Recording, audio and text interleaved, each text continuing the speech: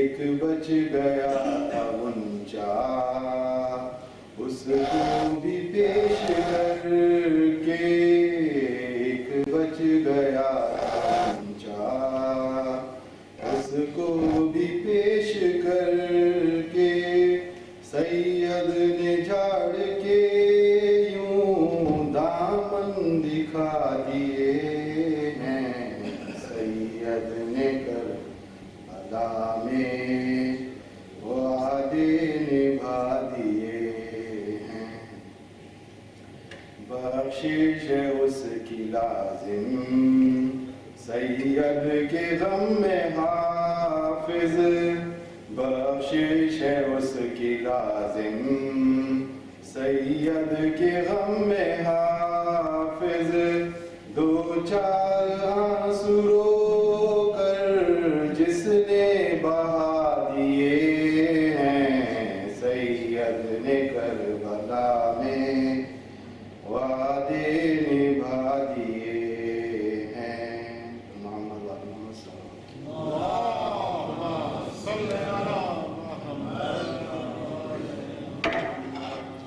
Thank you, Brother Tayyub. I would now like to invite Brother Ali Hassan to share with us a poem in English, and we'll welcome him with a loud Maarif salawat.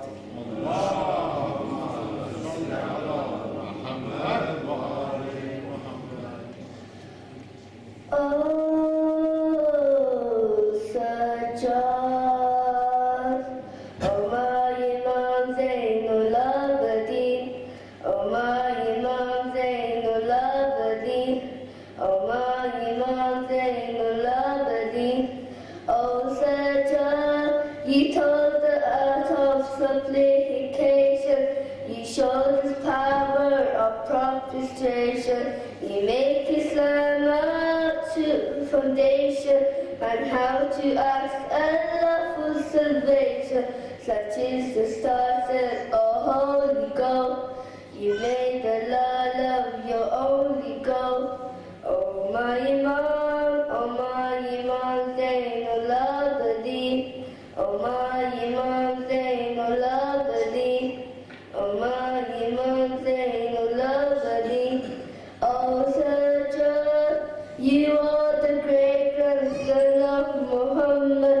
Inside your veins flows the rest of blood. You came down from heaven like a rosebud and left your skin forever in this world. Your name will live on forever now. Till death you be in our heart we bow. Oh my Imam, Zainul Abidin. Oh my Imam, Zainul Abidin. Oh Sajjad Salawat.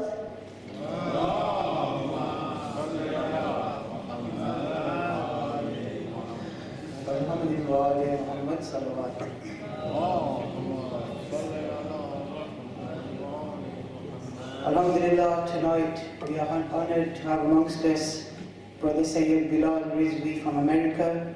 Brother Bilal, on behalf of Hussainia Youth Committee and Maarif-e-Islam, we welcome you to Birmingham and thank you for accepting our invitation on such short notice. Without any further ado, I would like to invite respected guest speaker, Brother Syed Bilal Rizvi, to the minbar to deliver tonight's English majlis. Can we welcome him with 3 loud Maarif salawats?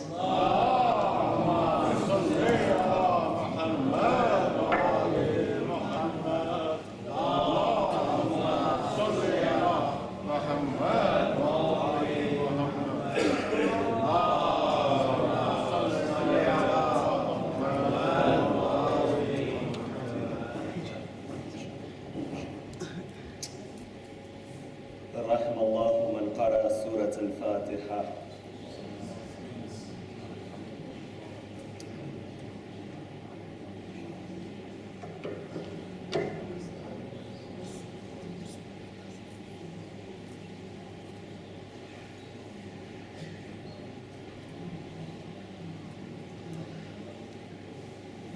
أعوذ بالله من الشيطان الرجيم. بسم الله الرحمن الرحيم. الحمد لله رب العالمين.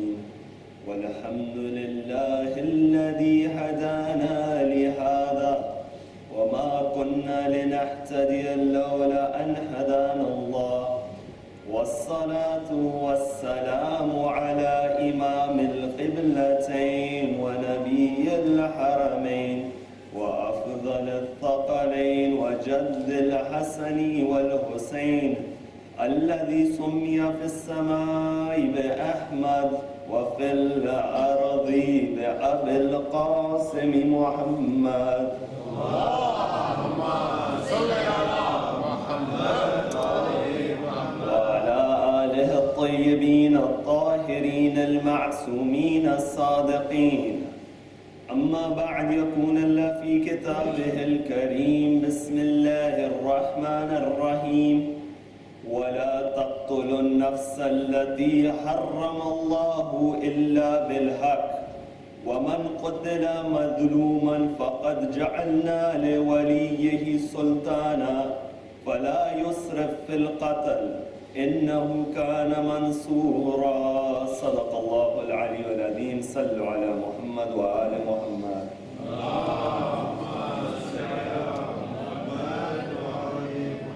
If I could request you moving a little bit closer towards the minbar, and for the love of Ahlul Bayt, as well as for the hastening of the reappearance of the master of our time, one salawat ala Muhammad wa ali Muhammad. Allahumma salli ala Muhammad wa ali Muhammad. The movement of Imam al-Hussain is one which started on the 28th of Rajab in the 60th year after Hijrah, and one which accumulated on the 10th of Muharram in the 61st year after Hijrah. But the reality of this movement is that it was not limited spatially between these two locations, Medina and Karbala, nor was it temporally limited between these two time periods. But no, the reality of Karbala is that Karbala is a continuing movement, a movement which represents the development of a human being, a movement which started in the time period of Adam himself, for on one side was Adam, on the other side was Shaitan. That from that very movement, from that very time period, there was a divide which was created, a divide which differentiated the side of truth from the side of batil. And as time went on, you find that this divide, it would become to be more clear and more clear. That after the time period of Nabi Nuh, that those who opposed Allah's message, they were drowned, but the believers of Nuh, they survived. Then you find from within the progenies, the same problems arose. Then came the time period of Ibrahim. But once again, the divide was there between Ibrahim and Nimrud. And you know the rest of the story: Musa, Fir'aun, Isa, those and his time, Rasulullah. But what happened on the day of Ashura in the land of Karbala is that never was that divide between truth and falsehood as clear as it was on the day of Ashura. That's why the event of Karbala is one of those flagship moments within human history. That after this point, either you are with Hussein or you are against Hussein ibn Ali. That this is that point. And when you look at this journey, many of us, when we look at the journey of Karbala, we examine this journey through a temporal, through safar, which is zamani as we say. But in reality, there is an intellectual journey within understanding Karbala. A journey which allows us to progress as human beings. And this journey will accumulate in the return of the 12th Imam. And this is why, in tonight's majlis, the topic which I've decided is from Karbala to the zuhur of the Imam and the journey between these two time periods. And I'll analyze a number of steps. For example, I'll look at what prerequisites do you need on this journey. I'll look at the relation between the movement of Imam al-Hussein and the movement of the 12th Imam, as well as how do we build a relationship with both of these individuals. One salawat ala Muhammad wa ali Muhammad.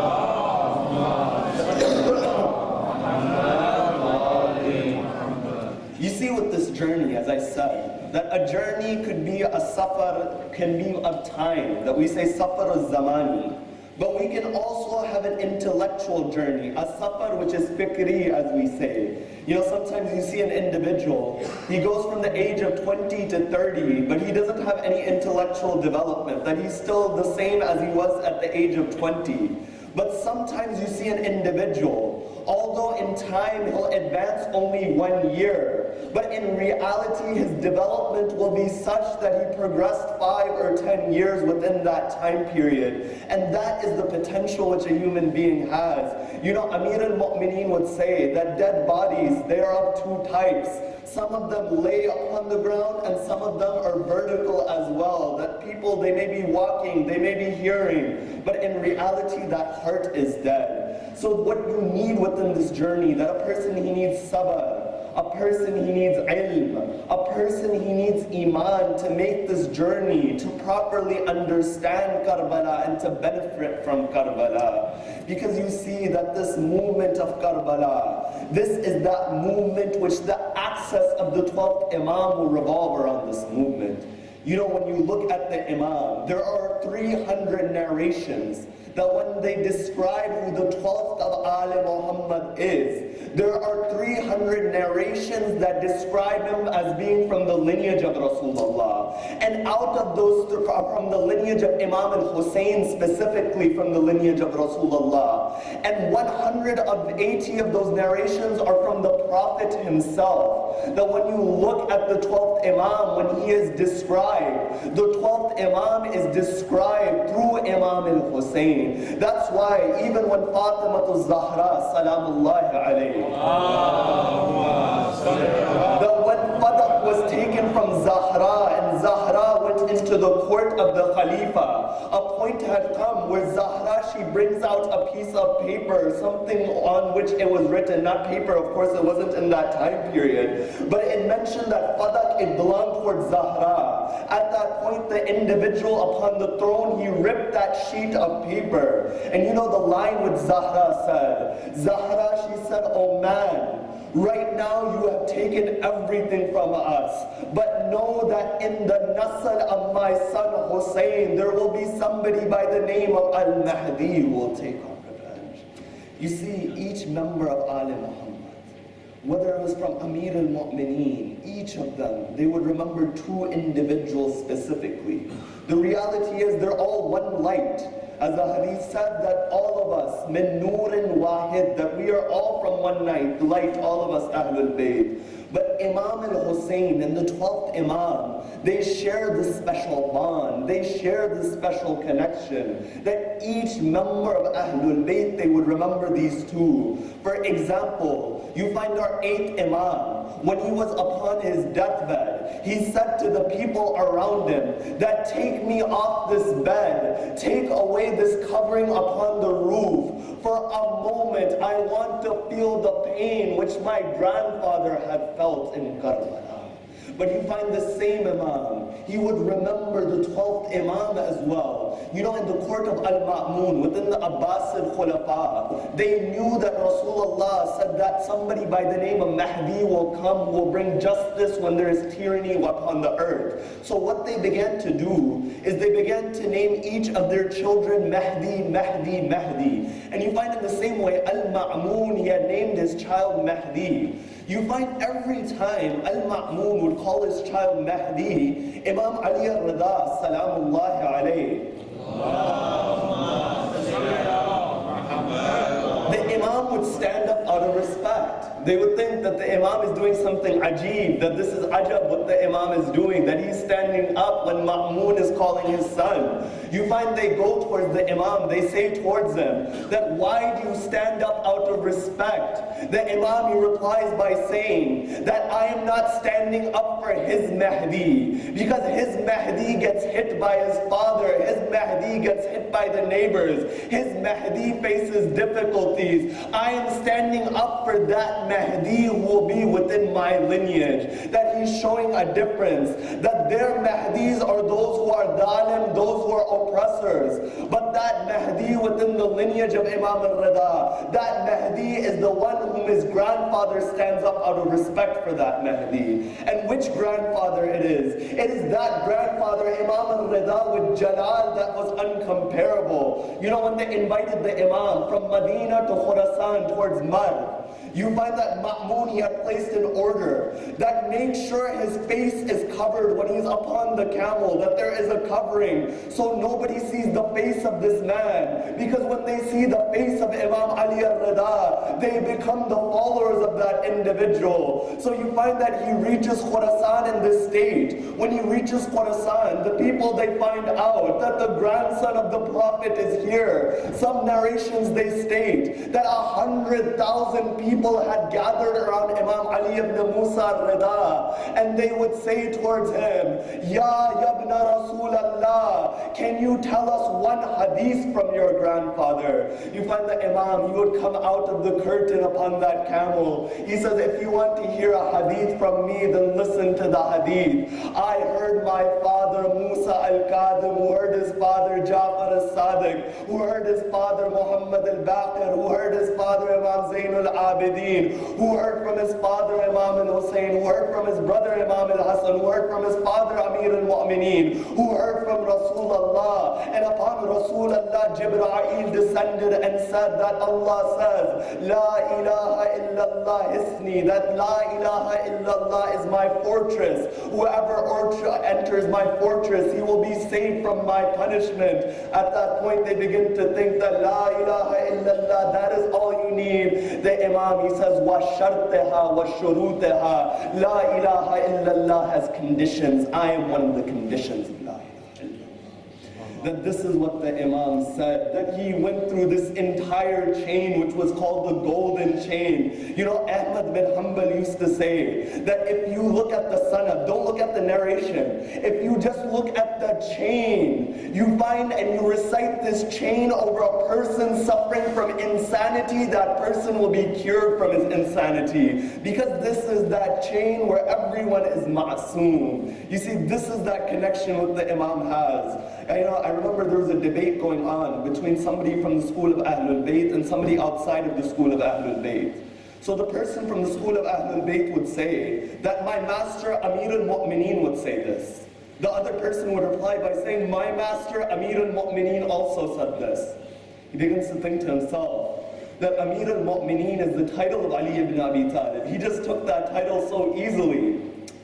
Then he says, fine, I'll try again. I'll say that my master Imam al-Muttaqeen said this. The person replies by saying, my master Imam al-Muttaqeen said this. He says, at that moment, I began to think to myself, what can I say towards this man to show that there is a difference between our Imams and the leaders from the Umayyads, the leaders from the Abbasids, these corrupt lineages. So he says, oh man, my master Muhammad al-Mahdi, the son of Hassan al-Askari, the son of Ali al-Naqi, the son of Muhammad al-Jawad, the son of Ali al-Rida, the son of Imam al-Sadiq, the son of Muhammad al-Baqir, the son of Zain al-Abidin, the son of Imam al-Hussein, the son of Amir al-Mu'mineen said this. I recited my leader's lineage, now you recite your lineage for me.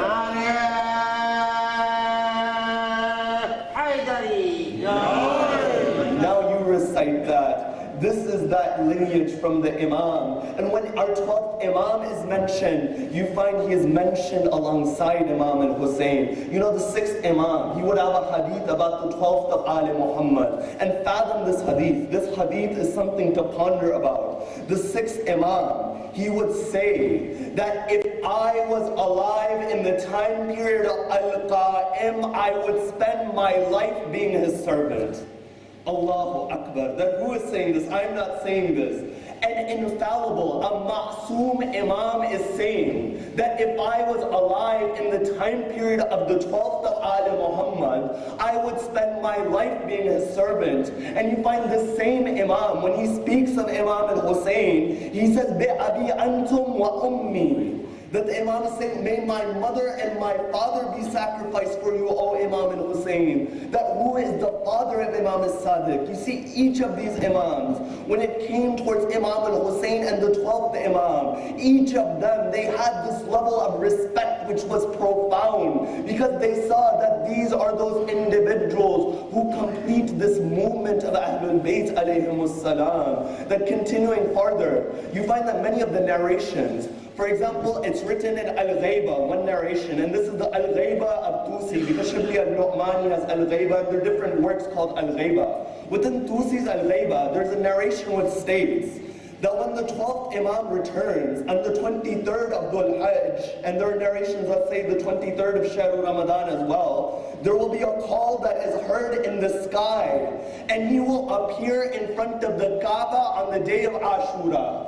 And you know, when the Imam, he describes himself, he'll describe himself through 5 statements. And Ayatollah Bahjat, he would mention this narration to his students as well. He would describe himself through 5 statements.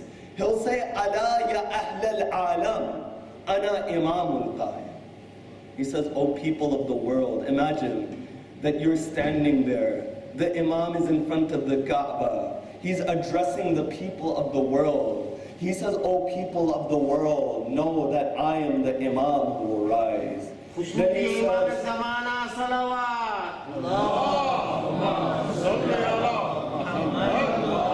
he says, Ala ya ahl al-alam, ana samsamul muntaqim. That, O people of the world, I am the avenger. And then you know what he says? He says, Ala ya ahl al-alam, Inna jaddi al-Hussain qataluhu at-Sham. He says, O people of the world, my grandfather Hussein was killed thirsty. Then he says, O people of the world, Ala ya ahl al-alam, inna jaddi al-Hussain. O people of the world, my grandfather Hussein, they even ripped that cloth which was upon his body after they killed them. Then he says, O people of the world, know that my grandfather Hussein, they trampled his body into pieces after. You know, I'm not here towards musibah, but these are the lines of the Imam. And when you see that the Imam is saying, Ala ya ahl al-alam, he's describing himself, each of these 5 statements, the Imam has described himself through Imam al-Hussein. And he says, Ala ya ahl al-alam. He doesn't say, O Muslims. He doesn't say, O Shia. He doesn't say, O followers of Ahlul Bayt. He says, O people of the world. This goes to highlight that when the zuhur of the Imam happens, it will come at a time when everyone knows about Imam al-Hussein. That each individual will know about Imam al-Hussein, thus the Imam will describe himself through Imam al-Hussein. That when we talk about our responsibilities, our goal should be that if there are 7 billion people upon this planet, to educate 7 billion about Imam al-Hussein. That even if we're not able to educate 7 billion, all of them, if we keep that intention within our heart, Allah will reward us for the intention. But that is what the goal should be. You know, they said towards a scholar, they said towards him that I want to be like you. He says, why do you want to be like me? He says, because you're such a grand scholar. He says, when I wanted to be a scholar, I tried to be like Ja'far as-Sadiq, and I reached the stage where I'm at right now. That when you set goals, set your goals high. Even if you can't reach all of them, you'll reach a portion of them. And this is what that goal is when it comes to spreading the message of Imam al-Hussein and Ahlul Bayt. Because our 8th Imam has a famous narration in Al-Kafi where he says that if the people knew the beauty of our narrations, they would undoubtedly follow us.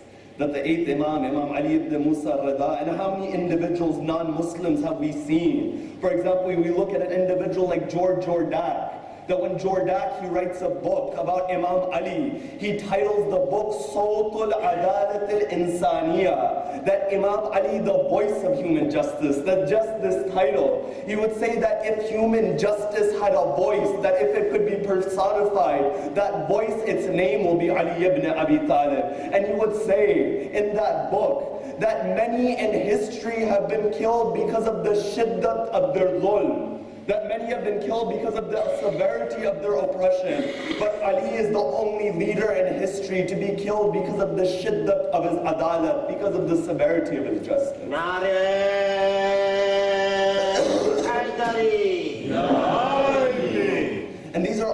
aspects to understand. These are all tasks within this journey from Karbala to the Zuhur of the Imam. But within this journey, you find one of the most important tasks is to build a connection with the 12th Imam.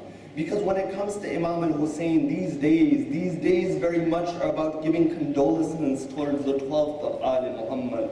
Because the narrations, they state that when the Imam's Zuhur happens, the slogan of the Imam, the 6th Imam would say that the slogan of the Imam's army will be Ya Litharat al-Hussein. Oh, the blood of Hussein, that whenever they begin to feel weak, they will make this statement and it will bring them straight. Then you know that name, that energy that comes from the name of Imam al-Hussein. When you hear people in Mina say Labbaika Ya Hussein, or you see people in Karbala say Labbaika Ya Hussein, there's just this energy which emanates through the room. You find the 12th Imam, his army, they will use that energy with the name of Imam al-Hussein to drive them forward. But to understand and to derive that energy within our lives today through the name of Imam al-Hussein, it's about building a connection with the 12th Imam as well. But how do we build a connection with the Imam? You know, our 6th Imam would say that within this time period of occultation, there are 2 types of occultations.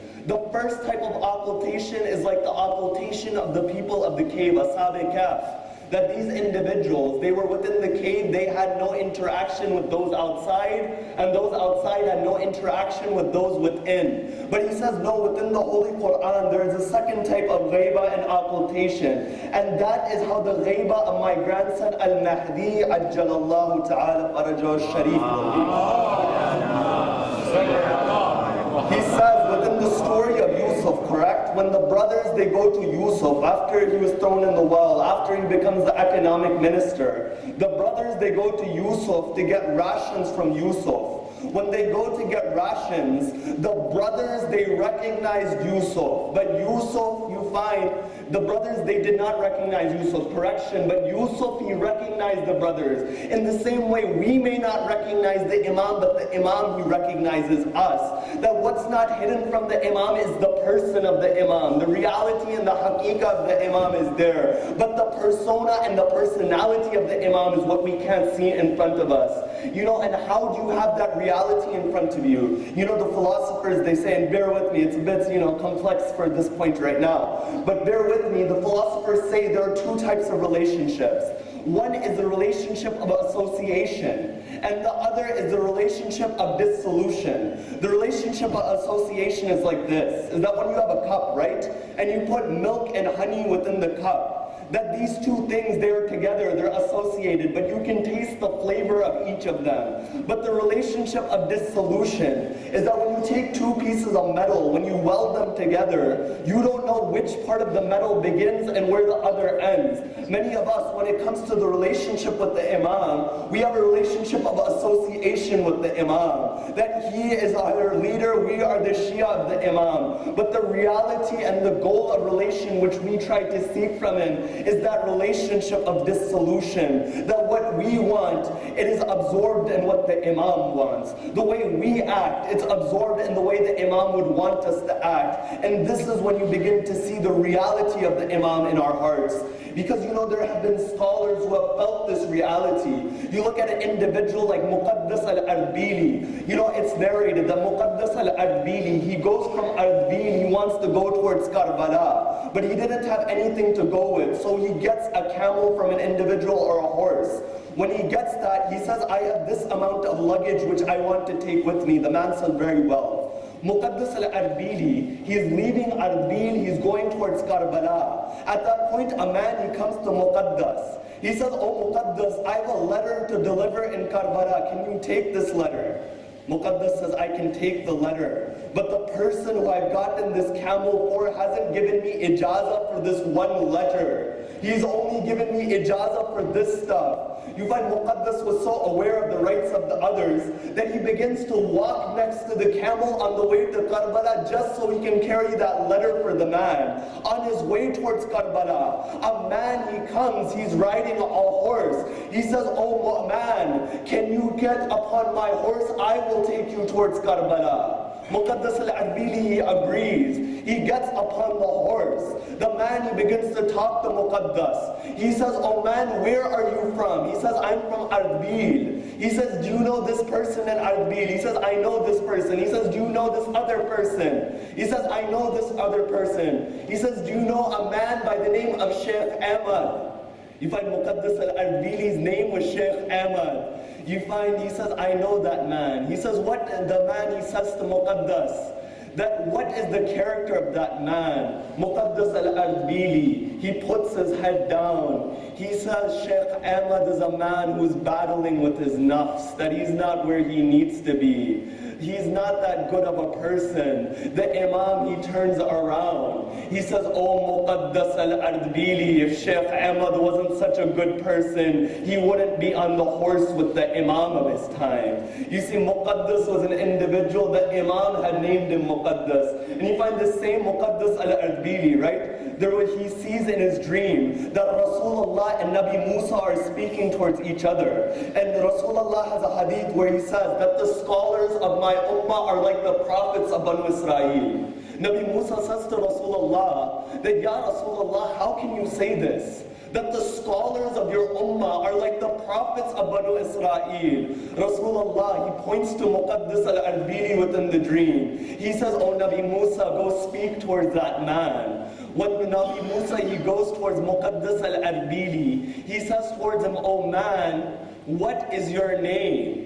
He says, my name is Muqaddas. I am from the town of Arbil. I do this task and I go over here at night and I live upon this street. Nabi Musa says, oh man, stop. All I asked you was your name. Why did you give me all of these answers? Muqaddas al-Arbili, he looks at Nabi Musa. He says, oh Nabi Musa, within the Holy Quran, when Allah said to you, وَمَا تِلْكَ بِيَمِينِكَ يَا Musa, that what is in your right hand, O Musa? You said, قَالَ هِيَ عَصَايَ, that this is my asa, and with it I bring the leaf down, and with it I guard my sheep, and I have many other uses for it. He says, oh Nabi Musa, Allah only asked you what is in your right hand. Why did you give such a long reply? Nabi Musa replied by saying, oh man, it's because I was speaking to Allah for the first time and I wanted to extend the conversation as long as I could. Muqaddas al-Arbili, he says, oh Nabi Musa, in the same way I was speaking to the Prophet of Allah for the first time. Nabi Musa, he turns around, he looks to Rasulullah, he says, Ya Rasulullah, you were right when you said that the scholars of your ummah are like the prophets of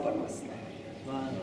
You see, these are those individuals. They had that connection with Ahlul Bayt alayhim salam. And it is through that ilm which they had that they continued this journey. That what is the benefit of this ilm? You know, I remember after the Battle of Siffin, right? 10 individuals, they broke off from the army of Amir al-Mu'mineen. They said, you know what? That if Ali can answer, we'll ask him 10 questions. If Ali can answer these 10 questions in 10 different ways, we will join the side of Ali. But if he doesn't answer these 10 questions, we'll join the side of the Khawarij. You find that one by one, these individuals, they would come in front of the Imam. The first one comes up to the Imam. He says, Ya Ali, what is greater, knowledge or wealth? The Imam says, ilm is greater than wealth, because your knowledge protects you, whereas you protect your wealth. The second person comes up to the Imam. He says, Ya Ali, what is greater, knowledge or wealth? The Imam, he says, knowledge is greater than wealth. For the one with knowledge will sleep comfortably at night, whereas the one with wealth doesn't always sleep comfortably. The third man comes up. He says, Ya Ali, what is greater, knowledge or wealth? The Imam says that knowledge is greater. He says, why is it greater? He says, knowledge is greater because the more you spend wealth, the more it decreases. The more you spend and give that knowledge, the more it increases. The fourth person, Ya Ali, knowledge or wealth? The Imam says knowledge is greater than wealth. For wealth, it deteriorates over time, whereas knowledge, it accumulates in depth over time. You find the fifth person comes up to the Imam. He says, Ya Ali, what is greater, knowledge or wealth? He says, knowledge is greater than wealth. For wealth was the inheritance of Fir'aun and Haman, whereas knowledge is the inheritance of the prophets.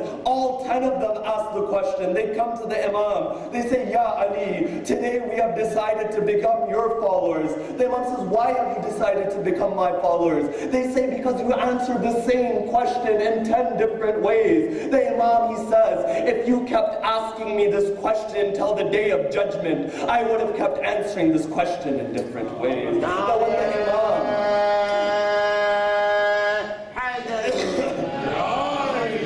to say Saluni is easy, but to have the qualification to sit on the mimbar and say Saluni, Saluni, qabla an tafkiduni, ask me before you lose me. That qualification, it belonged to Amir al-Mu'mineen. And each of the Imams, they recognize this. You know, they came towards the 6th Imam, they would ask him questions. They say, oh Ja'far as-Sadiq, your grandfather used to say Saluni, will you say Saluni? The Imam says, no, I won't say Saluni, for that's what my grandfather would say, but I am the inheritor of his ilm. I'll answer those questions which you have for me.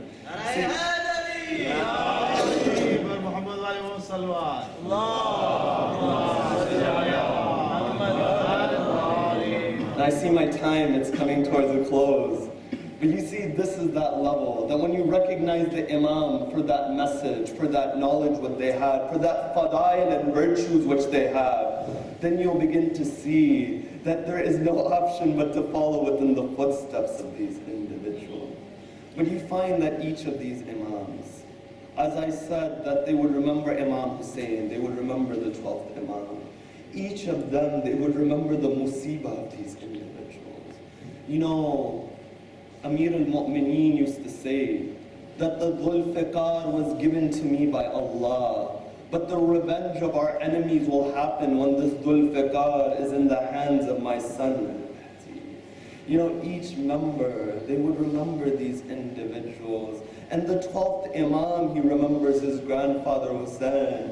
He says in Ziyarat al-Nahiya that every morning, every evening I cry for my grandfather Hussein. But he doesn't just say I cry regular tears. He says I cry tears of blood for my grandfather. You know, I commend you all for coming to the majlis, especially after Ashura. Because although Hussein was killed upon the day of Ashura, now the musibah of Zainab has begun. Now the musibah of Kulthum has begun. Now are those days when Sakina looks at the head of her father, she begins to cry. When she begins to cry, they say, oh Sakina, why are you crying? She says, in front of me is the cut head of my father, how can I not cry?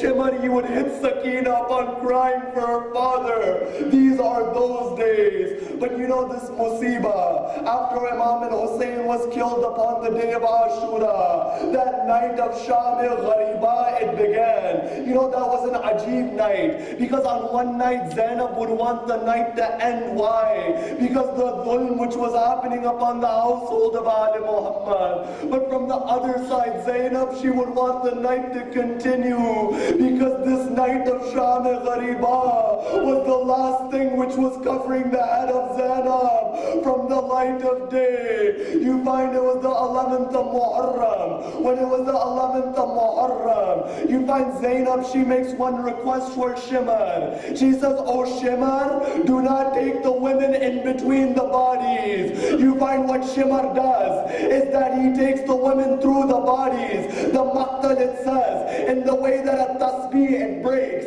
and the beads, they began to scatter. The women, they would scatter to the body of their beloved. Layla would go to the body of Akbar. You find Farma would go to the body of Qasim. But there were only two women who would only go to the body of Imam al-Hussein. The first of those women was Rabab. That Rabab would sit by the body of her master. She would put one hand on her head. She would say, Wa hijaba. She would place one hand on her heart. She would say, Wa Husaina. She would say, oh my master Hussein, that if I was here, I would cover your body. But as long as Rabab is alive, Rabab will never go in the shade. Rabab will never second of those women was Sayyida Zainab. Then you know what Zainab says? This one line is enough for Musibah. When Sayyida Zainab, she saw the body of her brother Hussein, she looks at the body, she says one line, she says, Anta akhi, that are you my brother Hussein? She looks towards Medina, she says, Ya Rasulullah, Hada al-Hussein, Ya Rasulullah, this is Hussein covered in blood. She goes towards the body of her brother. The Maqtal says that the hands of Zainab were tied behind her neck. She goes to the body of her brother. She says, oh my brother, when my mother Fatima was passing away, she told me that on the day of Ashura, when you see the body of Hussein, to kiss the body of Hussein. Oh my brother, I want to kiss your body, but there is not a spot upon the body which is not covered. على لعنة الله على القوم الظالمين. Raise your hands, raise your hands. That the time of musibah is the time when du'as are mustajab, when du'as are accepted. Tonight, one wasila. That wasila is the wasila of Sayyida Zainab. Which Sayyida Zainab? That Sayyida Zainab who, when it came on the day of Ashura, she didn't cry for her own children, On and Muhammad, she cried for her brother Hussein. When she went towards Kufa, she doesn't cry for On and Muhammad, she cries for her brother Hussein. Even when they released the heads in Sham, you find each of the women, they would go towards the head of their own children. But there were two heads that just sat there. That was the heads of On and Muhammad. The women of Sham, they asked Fidda, they say, oh lady, is the mother of this child dead? She replies by saying, no, the mother of this child had made a promise that she would only cry for her brother. But you know when Zainab cried for On and Muhammad, when she returns towards Medina, when she goes to Medina, she goes to the grave of Rasulullah. She says, Ya Rasulullah, Hussein has been killed in Karbala. Then she goes to the grave of her mother Fatima. She says, oh my mother, Hussein was killed in Karbala. But oh my mother, I brought that shirt of Hussein. The riwayat, one of them states that the grave of Zahra began to shake. Zainab says, oh my mother, I only put the shirt upon the grave and you can't handle it. I watched from 70 steps away as Shemari sat on the chest of my brother Hussein. You find that Zainab, she goes to the grave of her brother Imam al-Hassan. But that point comes when Zainab, she goes in towards her home. When Abdullah bin Ja'far, he sees Sayyida Zainab, he says, oh Zaifa, oh old woman, who are you? Zainab says, oh Abdullah, do you not even recognize Zainab anymore? You find that Abdullah bin Ja'far, he begins to cry. He says, oh Bint Rasul. Sayyida Zainab says, oh Abdullah, are you crying because On and Muhammad are not here? He says, oh Bint Rasul, I'm not crying for On and Muhammad. I just have one question for you. What are these red marks upon your hands? You find Zainab, she doesn't cry from On and Muhammad until she goes to that room where On and Muhammad used to reside. She sees the musalla of On and Muhammad. She picks up the musalla. She holds it towards her chest. She says, oh On, oh Muhammad, forgive your mother Zainab. For she had promised her mother Zahra that if she would cry for her brothers. I say the wasila of that Sayyida Zainab, that wherever the followers of Ahlul Bayt are in difficulty, give them help within these times. That Allah give us the chance to go on the ziyarah of Ahlul Bayt. And our every dua, it ends with this dua. We pray for the hastening, the reappearance of the master of our time, Maarif-e-Islam.